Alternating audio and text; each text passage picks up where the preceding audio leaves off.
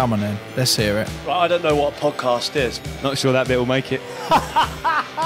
You can be slow or fast, but you must get to the line. This is just insane to hear. Give them the robot. Give them the robot. Give them what they want. Give the people what they want. Don't ever doubt me again. It's not. I don't make this stuff up. I love you, I'm not leaving. That's one of the saddest things I've ever heard, Crouchy. Just going all in on the podcast. Hello, my name's Peter Crouch, father, husband, robotic dancer, footballer, and now podcaster, because the BBC have been stupid enough to give me my own series. Unfortunately, they wouldn't let me do it all by myself. The bosses have got involved and given me what they describe as two of the BBC's finest. Chris Stark is here, a man who holds Scott Mill's hand on Radio 1 every day. How are you? Yes, Crouchy. I'm so excited to be doing this because when I heard this was happening, I really wanted in because you don't really get footballers being that honest, and that's what we're going to get out of this podcast, I think. Honestly, I've been involved, I've been playing now 20 years, and certainly in the Premier League and your Champions League and, you know, with England at World Cups and things like that, you see things, and I've gone for the stupid cars. I'd like to think I've half come out the other side. Yeah. But yeah, it's nice to look back on those ridiculous episodes that I've been through and laugh at them. Too right. Tom Fordyce is the BBC's chief sports writer, someone I've got to know very well recently as we wrote a book together. How are you, Tom? I'm good, yeah, it was good fun, wasn't it, writing that book? Was good, mate. I enjoyed Just checking it, a few spellings for me, wasn't it, really? Pretty much, yeah. I just gave it to you, checked the spellings, and then we went on our way. Easiest job I've ever done. No, it was good, mate. Enjoyed it, and the holiday in will never be the same again. Oh, Chris, get this. So when you sit down with a footballer, a multi-millionaire footballer who's played for England, you might imagine you go to, a top hotel somewhere, or... Yeah, I'm assuming you stay somewhere proper nice. The Holiday Inn, Junction 16. No. I took Tom there, we went through Don't say it. I mean... I love it there. It's actually Junction 15 as well. Oh, is it? Yeah. Oh, there you go. That's fine, they won't find you. Please say you use a different name to book the room. They'll go to the wrong junction anyway now. Yeah. We might as well give it away now. What is the code name you use? No, always stay there. It's just close to the training ground. It's supposed to be the biggest hotel for affairs in the country. Is it? That's why you chose it. So when we were Tom there. So when we were sitting there and various people were coming through the bar to choose from the a la carte menu, there was all sorts of illicit action going on. I had no idea. No, genuinely, yeah. I did hear that stat. It's probably made up, but I stay there quite a bit, and I have noticed quite a bit of fraternising in the bar. Yeah. What you would get, Chris, because people would walk, let's say we're sitting at the back of the restaurant area, you get people who walk past and they clock Crouchy and think, that bloke looks like Peter Crouch. Yeah. And then you can see them thinking, yeah, but what would Peter Crouch be doing in a Holiday Inn? Yeah, exactly. And they keep walking. You're hiding in daylight. You're like Osama bin Laden. It's true, actually. It's true. Right, anyway, we're getting away from it. The plan is that each episode has a theme. Episode 1 is about dressing rooms. Shall we? In goes Crouch, and it's there! And Peter Crouch scores for England. That Peter Crouch podcast from BBC 5 Live. Do you know why I like that, Chris? Why is that? So as football fans, we've been everywhere in a football stadium, haven't we? We've been on the terraces, might have been in the press box, you've probably been in corporate hospitality. We've probably sneaked onto the pitch, legally or illegally at some point after a big game. The one place we never get to go as fans is the dressing room. It's so true. Is it as grand as I imagine? Yeah, I mean, I've seen it from both sides of it. You know, I've been there when the dressing rooms were terrible, port cabins. When I first started at QPR and at Portsmouth, we were in port cabins, and then now it's gone full circle. You know, it's like a health club. It was porter cabins at Portsmouth. Yeah, it was. Yeah, we trained at the Navy base. Obviously, didn't have much money, and we were in port cabins, and then we'd go over and go and have lunch with basically the Navy guys, and they hated us. They hated All us, these yeah. men about to spend 6 months on a ship with other men. Yeah. You rock up in sports cars. They're in uniform. You could see them all marching, and you know it was like we were a shambles. You know, like rolling up, parking in wherever, and they were marching in. You know, totally orderly, and footballers in general don't have much order, certainly when they're at the training ground. But yeah, it was good fun. But then obviously, like you say, it's come full circle now, where the dressing rooms are classed. Food's So what's amazing. it like? Take us inside that dressing room. If me and Chris were walking in with you now, What's the first thing we see? First thing you see is all the drinks lined up, chewing gums, jelly babies, believe it or not, still floating around. The size of it now. I remember Highbury, actually, and Highbury was a little bit tighter, but that was special. Walking in there with the marble halls, and it's weird because, like Anfield, for instance, the new stadiums now, like the Etihad, they're all incredible. Wembley, beautiful change rooms, but Anfield's still quite old-fashioned, and it's quite small in there, tight, and you can actually hear through the air vents. You can actually hear the team talks on the other side. You can hear it if you're quiet. You can hear what's going on in the other. So, has a manager ever told you all to just be quiet so that you can all listen into another team? Tony Pulis would have done that, I reckon. So you walk in, it's underfloor heating, right? I imagine, and it's proper nice. Do you know exactly where you're going to sit, or do you have to scramble for pegs? No, it's like the kit man had already been there before, so he would put the boots underneath the change room, your shin pads, all your kit out, and your shirt will be hanging up in your place. So how does he decide then? I've always wondered that. I think he puts you in little groups, usually, of your mates. So yeah, I'm on my own at the moment. Could you change the orders? Let's say you went in the change room and you're next to a player and you thought, oh no. Yeah, like at a wedding, where you get sat next to someone, you really don't want to, and you sneak in before and you switch the names over. Can you do that? Yeah, of course you can. Yeah, I think you could do that. Yeah, but the kit man knows. The kit man's like the heartbeat of the football club, really, because he knows the lads. He's usually a local lad. He's usually a fan, and he's got his finger on the pulse, and he knows what's going on in the dressing room. And I think if ever you're a manager, speak to the kit man about what's going on in the dressing room, because every kit man I've been to, usually they're miserable. Usually they don't want to give much kit away. Fuming if you give your shirt away. So what happens with that? Yeah, I've always wondered. Do you have to pay for a new one? Yeah. Do you actually, the money comes out? You get two a season. It's like 50 quid, so it's not even like a... You don't get a staff discount. Yeah, it's not even a staff discount. I'm paying that in the club shop. You have to pay for the printing as well. To be honest, I'm not sure. It's 50 quid, I know that. It's harsh though, it's like, if you're playing in the FA Cup or something, and a young lad asks for your shirt, I can't say, Mate, give me 50 quid, mate. Give us a 50 and you can have it, yeah. Who is the tightest player that you've played with on that front? There's a few. We've got, certainly at our place at the moment, Ryan Shawcross only ever wears gear that he's been given free by Nike or by his sponsor. We ask Ryan every day, can't you splash out in a pair of shoes? Do you have to wear the freebies every day? No. What's he going to do when he stops playing then? I reckon he'll stock up. But then tracksuits at a certain age, like you get away with it when you're 30, whatever, don't you? Otherwise you start looking like Elton John. Yeah, true. Elton John. On that kit front, one thing I'd like to know, so if the kit man thinks that the kit's his own, right, if you ask for, say, another towel or something, do you have multiple towels over the course of a season? I've been there, I think Stoke is my 8th year now. I think I've had the same towel for 8 years. And it got to the stage last year where it had a big, massive hole in it. I said to the kit man, I'm going to have to move on with the towel, I'm going to have to upgrade. And he was like, oh yeah, you just didn't think of it. I think he would have let me crack on with that until, it was pieces of string. Should we get him a towel? This is just you got married recently, didn't you? So you must have got a load of towels for your wedding. Should we just Why would you get towels for your wedding? Everyone gets towels for their wedding, don't they? Did you get towels for your wedding? I didn't get towels for my wedding. Yeah, why did I get towels? I don't know. That's what a weird gift to get so many towels. I didn't know that was a thing, mate. Well, if you want some towels, you know who to ask now, don't you? Yeah. Yeah. Well, Crouch's only got one. We'll help you out with the towel, but why was there a hole in it? I don't, is that just overuse? Wear and tear over the years. I'm using this towel, once, sometimes twice a day if you've got double session, so... It's a bit wear and tear. I'm quite rough with the old towels. It sounds like it's been a bit vigorous on whatever you're doing with it. Vigorous drying. Has he got your initials on it? Has he got a PC on it? No, my number, 25. Okay. But like I said, I think we were talking about dressing rooms. Bizarre, like you say, that obviously we're all doing okay, with earning a few quid, but none of us have the towels have fallen to pieces, and the shower gel situation's embarrassing. We'll go to a hotel, one lad will bring one of the old tiny little shower gel, and we'll be sharing it around 20 lads. What brings that to the dressing room? Yeah, we'll bring if we have a match. We all got wash bags. For some reason, no one buys any shower gel. So genuinely, one of the lads will bring one of those the freebies from the hotel.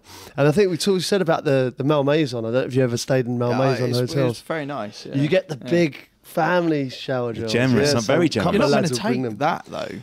Yeah, probably not. But they usually end up in the shower, and at least we have a proper wash there. Sorry, just very quickly on that point about the wash bags that you all bring in. I thought they were boot bags that you were carrying in. Our boots, no. Wash bags. Toiletries. Tom, you know where you see everyone arriving at a game? I thought it was a pair of boots. It's a pair of boots in the bag, No. surely. So what's in the wash bag? There's no No shower boots. gel. What's Well, they're in the man wash bag? bags, are The they? actual man bags, yeah. It's Creams, outrageous. gels, deodorants, that kind of stuff. Yeah, but never any shower gel. It's no, Why kit man- is there a black spot for shower gel? And if you've got like hair wax, if you've got everything else, why are footballers incapable of buying shower gel? I think because usually it's in the showers anyway. Do you know what I mean? At the training ground, it's there. Like a posh gym, you've got a dispenser. Yeah, like one of those. And I think sometimes, like if you go to Chelsea, you have the Molten Brown in there. Oh, Beautiful. Lord, It's that's good shit. It's top notch. You know Yeah. you're in Chelsea. You know you've arrived there. It's the proper stuff. Yeah. Does anyone refill their little spare Yeah, bottle? I mean, we've tried to rip them off the ball.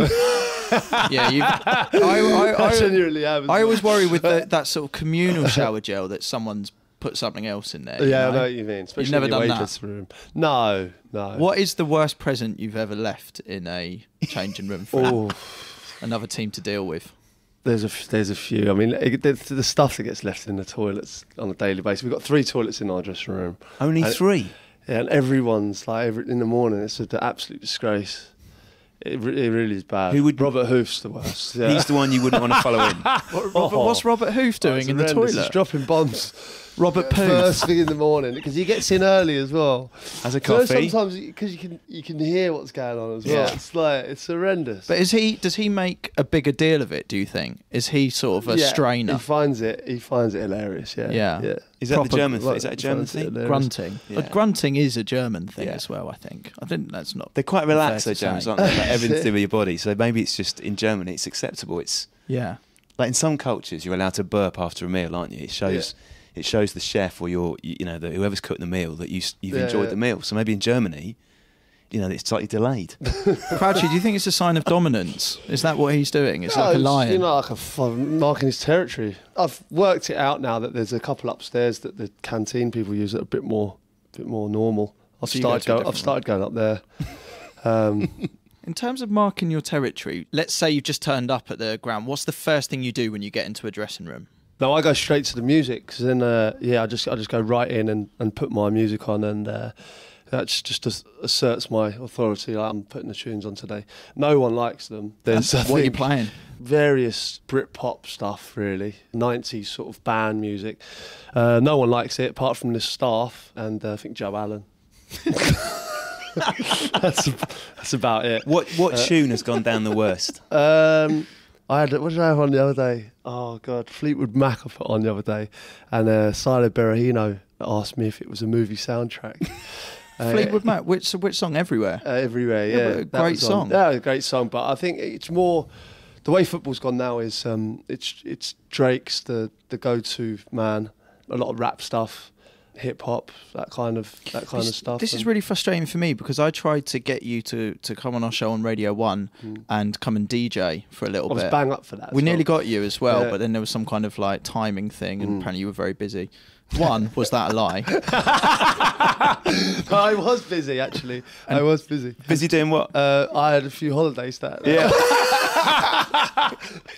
Planned. But no, I genuinely did want to come on, and I was bang up for it. But, Well, mate, the offer's there. yeah, and I will do that. So you promise you're going to come Oh, on, yeah, listen, bang you- out half you an hour come of on. tunes on Radio 1? I'm up for it. Am I allowed to play my own stuff? No. Yeah, but you've got to play to the crowd a bit, haven't you? Yeah. But then it sounds to me that even in the change room, you don't care. So surely in like a modern game where there's so much science behind what the team see and listen to and eat and all this kind of thing before a game, is it not a bit dangerous that you're just playing the music that you like, even if it sort of annoys everyone else? It's a valid point, but I've gone so far the other way now that I'm sort of trying to piss people off. Yeah. But like, it got to the stage where I was hearing the same sort of robotic Drake voice, and I was just a little bit bored of it. So I was just like, right, I'm out putting my own tunes on now, putting them on, and just went for it. For me, this has already changed everything with how I view before the game. So one, I thought when players turned up, I thought it was boots in that bag. I wasn't aware it was creams.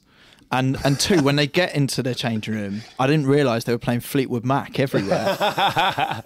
It's incredible. It's not most dressing rooms, to be honest. Does anyone? So obviously we've assumed, Chris, haven't we? Those creams and those lotions are for after the game.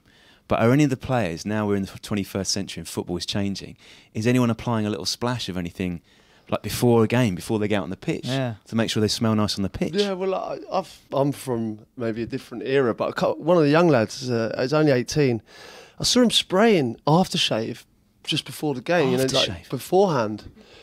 I was thinking, well, like, what is going on here? Why are you doing that? He said, why do you want to smell nice for the game?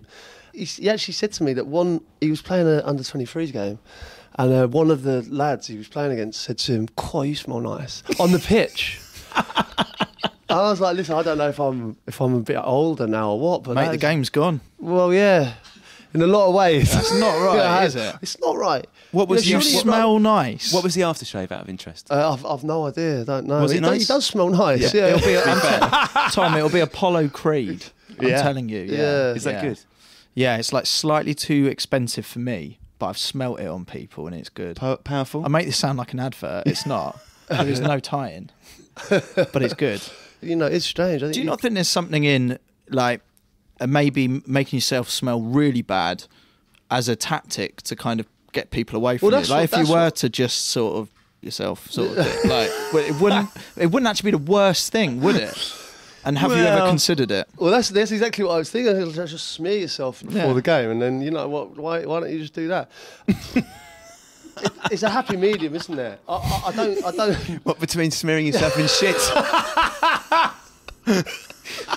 There is somewhere in there. I know it's a wide range there between smelling nice and smelling horrific, but just don't care much. I think is the rule. Yeah. Don't worry about the opposition's what they think of your smell. Don't care as much. Be comfortable with your own smell. Be comfortable with it. Yeah. Listen, I've swapped shirts with a few players I won't mention. Top players. They really are struggling in the smell department. Yeah. Money can't change that, can it? No, I suppose not. If you've got BO, you've got BO. It's one of those things. There are things you can do. What can you do? Deodorant. Oh yeah, I thought it's not massively complicated. I thought he was talking about surgicals. I thought it was like a hair transplant or something. It's something footballers all agree on, and like that's really. I've seen players over the years. I've seen players and players that I've played with will know that they've got real bad BO problems, and you see them obviously going to shower and just not really use any stuff, and then just not put deodorant on, and it's obviously no one would have a word. No one would simple. Put an arm around the shoulder. A bit of banter, but you can't go, look, you stink. You can't really say There's that. There's hard words to deliver, aren't they, to a teammate? You have to be diplomatic. Are you more sympathetic with collecting other people's shirts? Are you even that bothered about collecting people's shirts anymore? Surely you've got them all. I've never been a fan of it. I don't want to be too sort of Roy Keane on it, but I don't want to I don't feel like you should swap shirts with someone you're playing against. It's like it's like you're looking up to them or that you're a hero. Yeah. I don't really feel that it's right, really. I've swapped shirts with my mates. Like I've got like players that I've played with that I got on well with. They're on opposite teams. I swap with them, but I wouldn't run around hunting Messi for his shirt. I think that's really bad when it gets to the end of the game and you've got several players like around one player just to try and get the shirt. Yeah. I think it's embarrassing. I kind of respect you more for that. I just think it's a bit embarrassing. I think, it doesn't matter who you are, Ronaldo or, play against these top players, but I just can't, at the end of the day, I'm competing against them. Who was the biggest surprise of someone that sort of tapped you on the shoulder for your shirt or you felt was hanging around you? No, the one for me was, I saw Iniesta on holiday once and he asked me for a picture and I was like, what? Go on. Iniesta's just asked me for a picture. I was like, surely I should ask. Is it definitely him? No, yeah, I think so. I'm pretty sure. We were in Sardinia and Iniesta came over and I've actually got the photo at home. And he's working in a cafe. Yeah. I was like, you've won like 100 Champions Leagues. Like, what are you asking me for, my picture? Everything about Ronaldo suggests he's perfect. Going back to our earlier conversation, is his one weakness that he stinks? No, I don't think he's one. I've not been in the same. I've played against him many times, but I wouldn't say he stinks. I imagine he'd be one of those players who would be I don't know how many mirrors there are in the dressing room, but I imagine he would be probably the first one in front of the mirror is the last one to leave. Rio told me once that they used to wind him up saying that Messi's miles better than you, Messi's better than you. And he turned around and said, yeah, but Messi does not look like this.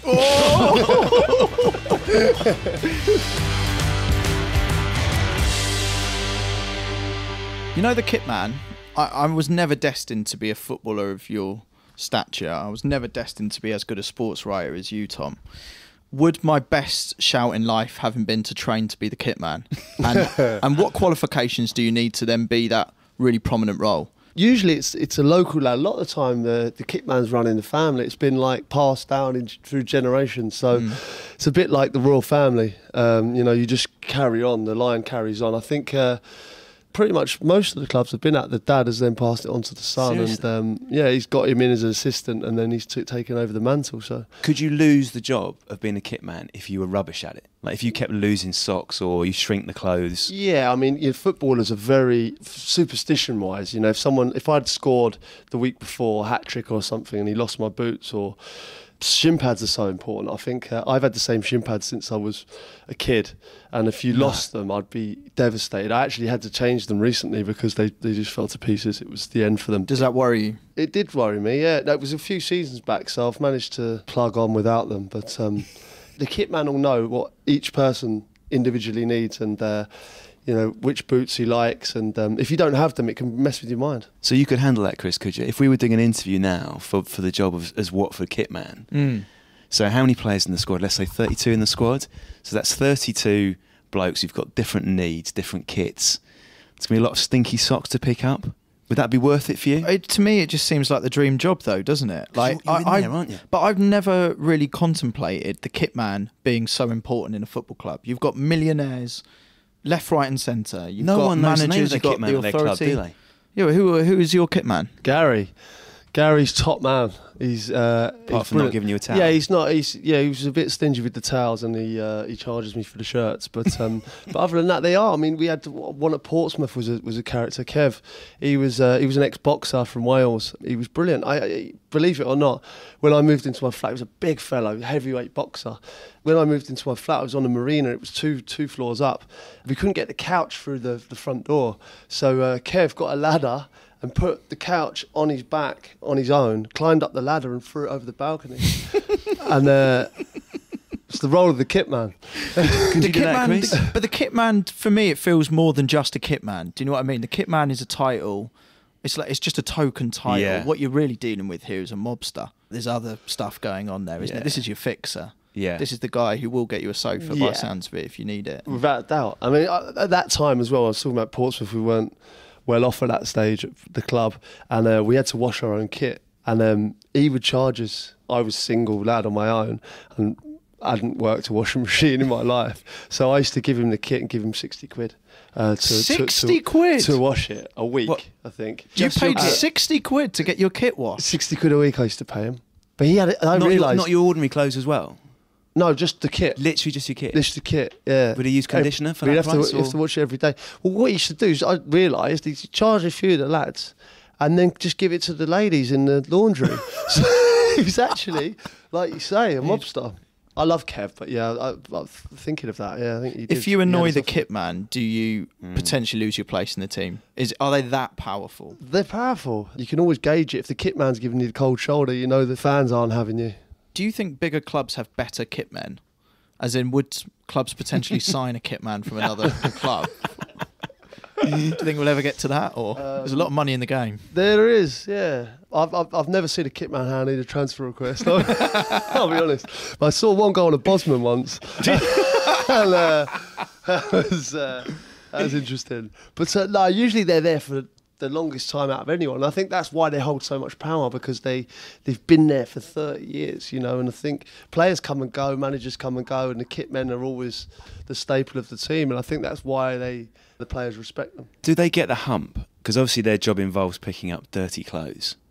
Do they get the hump if you just, let's say you take off a pair of socks and you just lob it in the middle of the floor? Yeah, I mean, I've seen that as well, and I think it's It's ultimate disrespect. Like we have a basket in the middle that you put all the dirty kit in, and he wheels it out and stuff like that. And I have seen people, and yet I'm not adverse to rolling my sock up and lashing it off someone's head.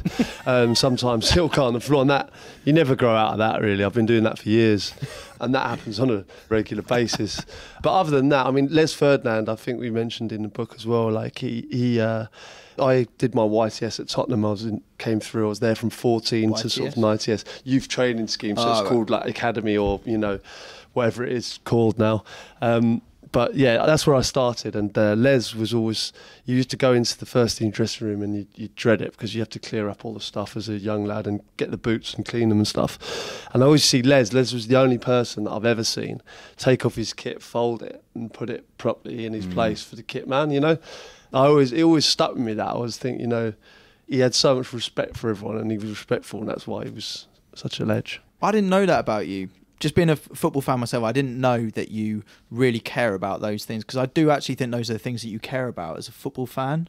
In my opinion, you are like the luckiest people in the world to be doing that job, and if I was good enough, I would be doing it as well, or maybe be. Do you think you'd go big time though, Chris? Let's say 5 years in of having someone do all your washing for you, would you be walking in with a man bag? Yeah, I don't know. Maybe it changes you. I don't know.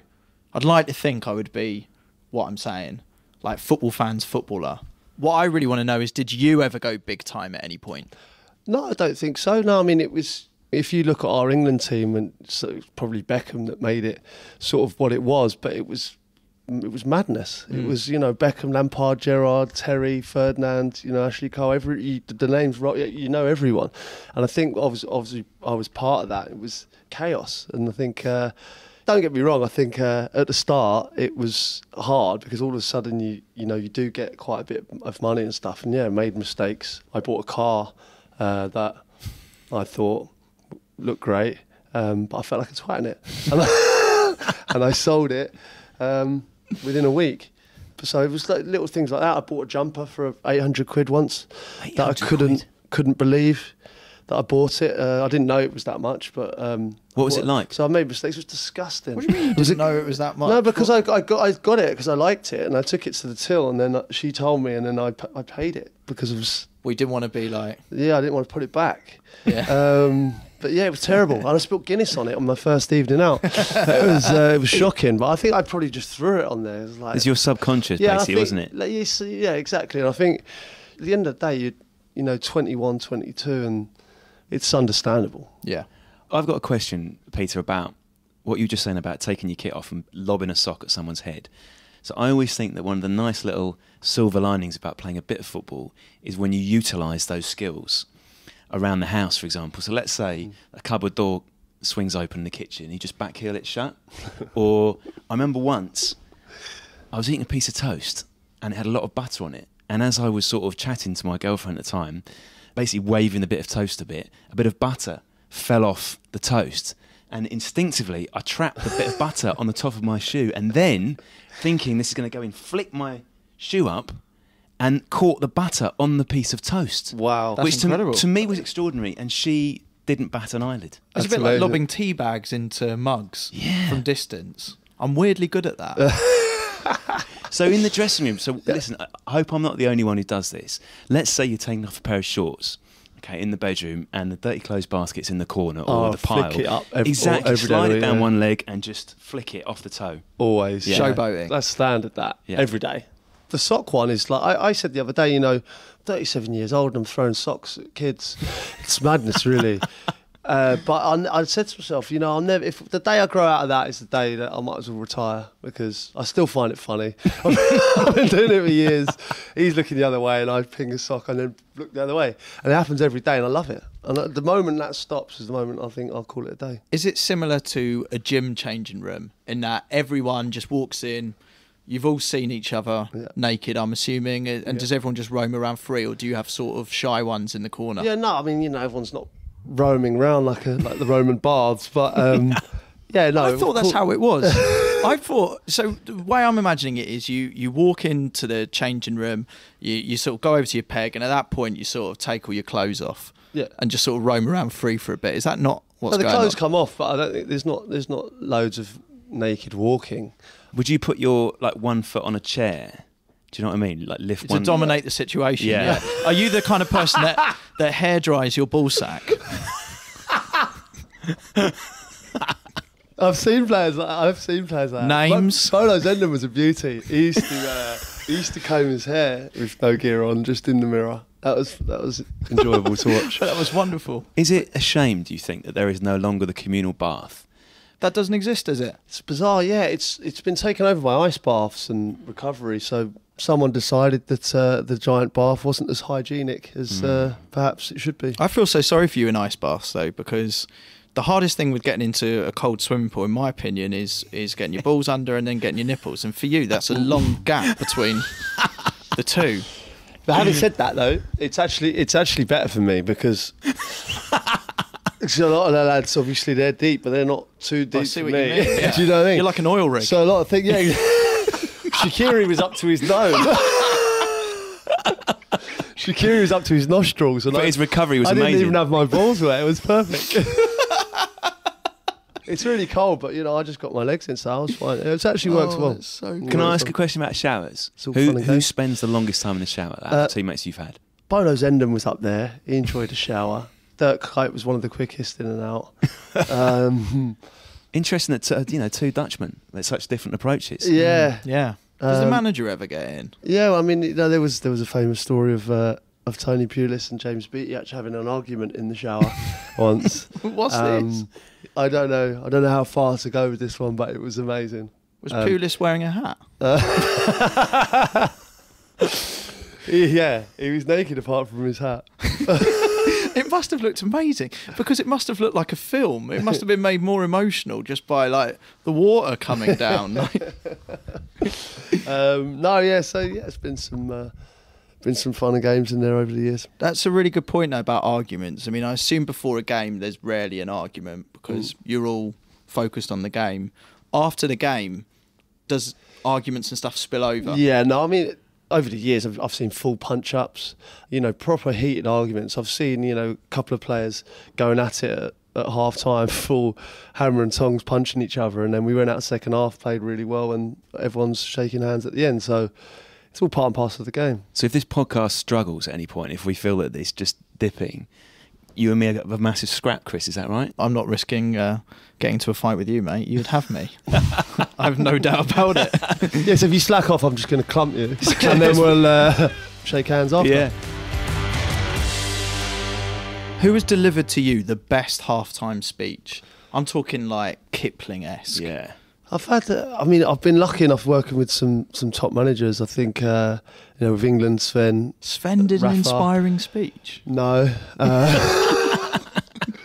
I love Sven personally. I thought he was brilliant. For comedy or like... A little bit of both. I just felt he wasn't inspiring, but I just felt that he was that relaxed. He made you relaxed, and I think in pressure circumstances, he would take the heat off. And I think I bet he gave a naughty massage as well if you wanted it. Todd Grip used to do that. No, he was great. Where he got his name from. I thought he was. I liked him, and he gave him my England debut. And but I just love the fact that there was fake shake stings on him. There was the Ulrika stuff. There was all sorts going on, and he'd just come in and laugh, and it was just like we'd think, oh my God, he's going to resign or something, and he'd come in and he'd just laugh and say, "Hi, you English, so funny." He literally just bat it off, and I loved that about him. What would work for you, Chris? You're no longer a kit man, you're a player. You've made the jump somehow to being a player. You're 2-0 down at half-time. Do you want a tub thumper? Do you want an arm around the shoulder? Come on, Chris, you're better than this. Yeah, that's... Or do you want someone shouting in your face, come on, Chris, give me more? I think I might be similar to you, Crouchy, in the sense that I would want something... I want the manager to be... Like, our old football manager made us... And this is for Pin Stars, right? A pinner-based local team. He used to make us pretend that we were running up a hill, right, to kind of get us all warmed up and like G'd up for the game. So we'd have to start like running slowly, and then all of a sudden normally you'd just pick the captain, but would clap, and then we all had to like sprint and shout really loud. Never did anything. We lost pretty much every game. But I liked that kind of technique. I liked when a manager deployed a technique to try and like G you up and get you going, sort of thing. Maybe a bit of shouting in your face, slapping your ass kind of thing. Like, do you know what I mean? Can it ever be like a really lonely place, the dressing room? So when you got sent off playing for Spurs at Real Madrid, that was quite early on in the game, wasn't it? 15, 20 minutes in? Yeah. That's got to be weird, Chris, hasn't it? So this whole stadium is just alive with noise, whatever the capacity is. 80,000 people are going bananas, and you're all on your own in the quietest part for about half a mile. Oh, yeah. This is kind of awkward, isn't it? Because you screwed up. Thanks for bringing it up, lads. Yeah, I appreciate it. Yeah, it was a dark time, to be honest. It was. I just felt like I got played a little bit, you know. Ramos and Marcelo.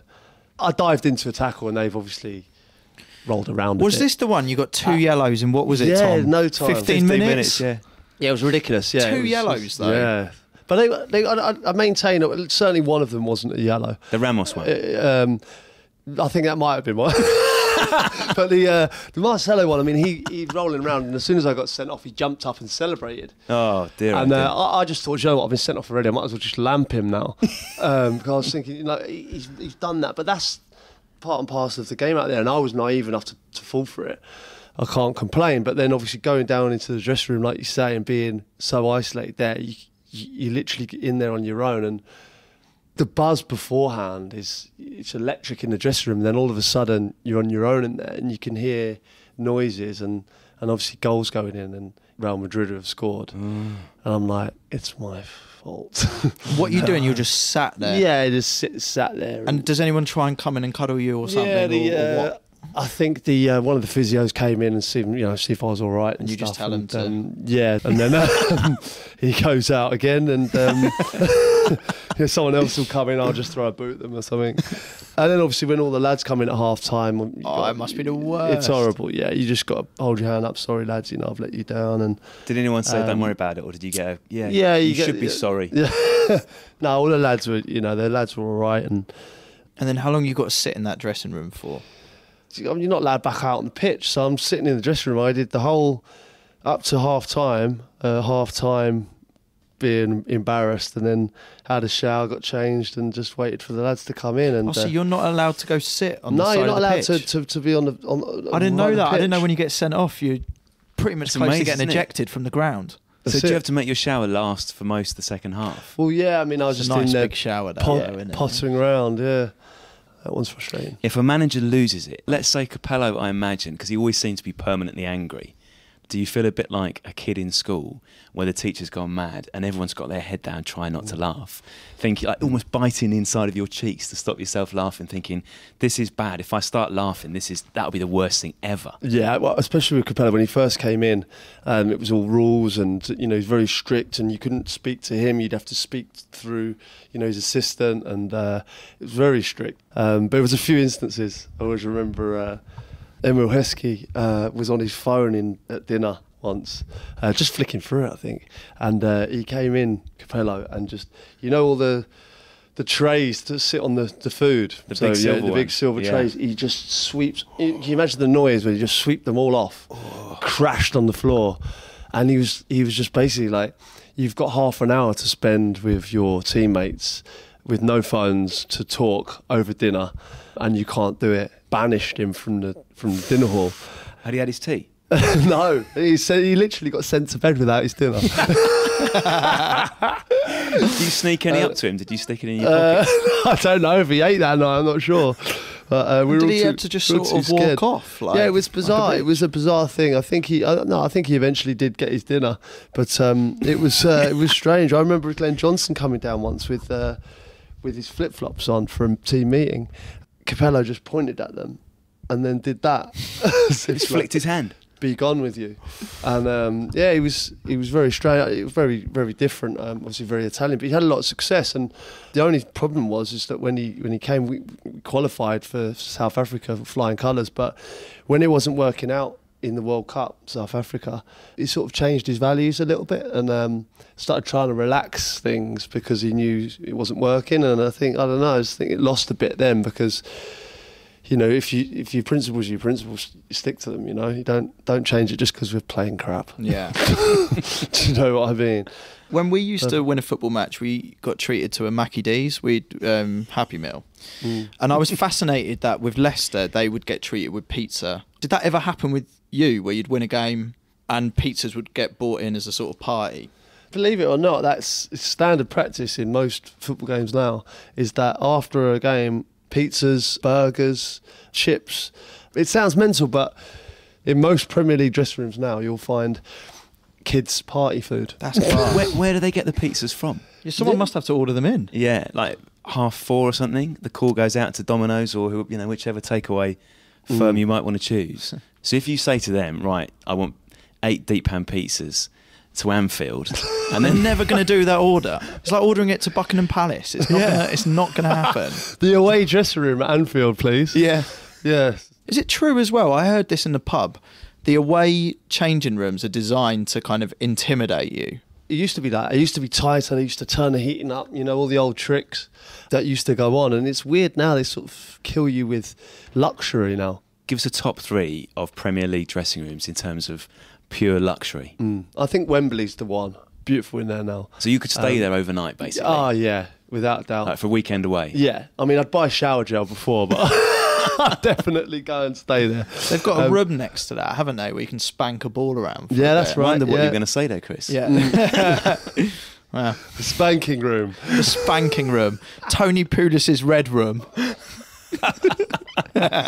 But they have, yeah, I mean, it's a warm-up room. But the Olympic Stadium as well, obviously playing there at West Ham, that was bizarre. There's actually a running track there. You know, I can just imagine, you know, people warming up for a 100-metre final or something, Bolt warming up there and stuff like that. It was bizarre. And then, did you have any races? You've got me being very similar.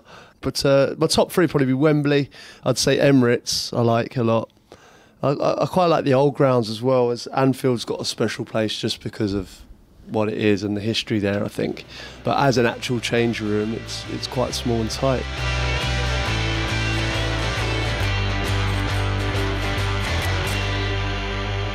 Right, lads, that was episode 1. How do you think it went? Chris, I thought it was all right. I thought it went well. I've had fun. I've learned some stuff.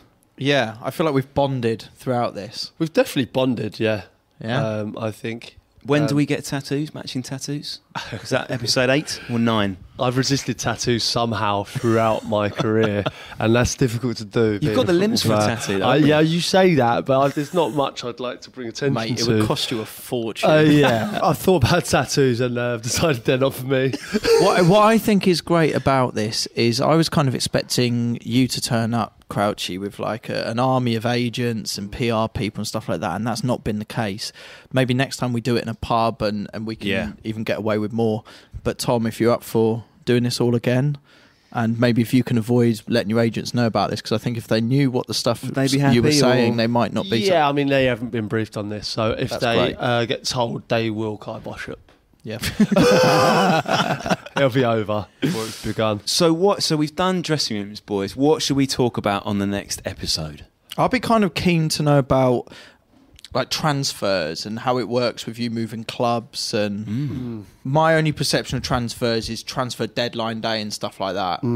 If you agree to be properly honest, I think we could have a good chat about that. What actually goes on? Yeah, okay. Transfer deadline day builds it up to be very glamorous, and sometimes it's not as glamorous as possibly they make out. We'll have a good think, shall we? And let's think of all the things we always wanted to know about transfers and we've never known. Let's do it. Till next time. That Peter Crouch podcast from BBC 5 Live. Thank you for downloading That Peter Crouch podcast. Hit the subscribe button and the next episode will come straight to your phone as soon as it's ready. Oh, and whilst I'm here, please remember to leave a nice review, mainly so that we can show it to Peter Crouch's agent, and we're going to need him to sign a new contract, so every little helps.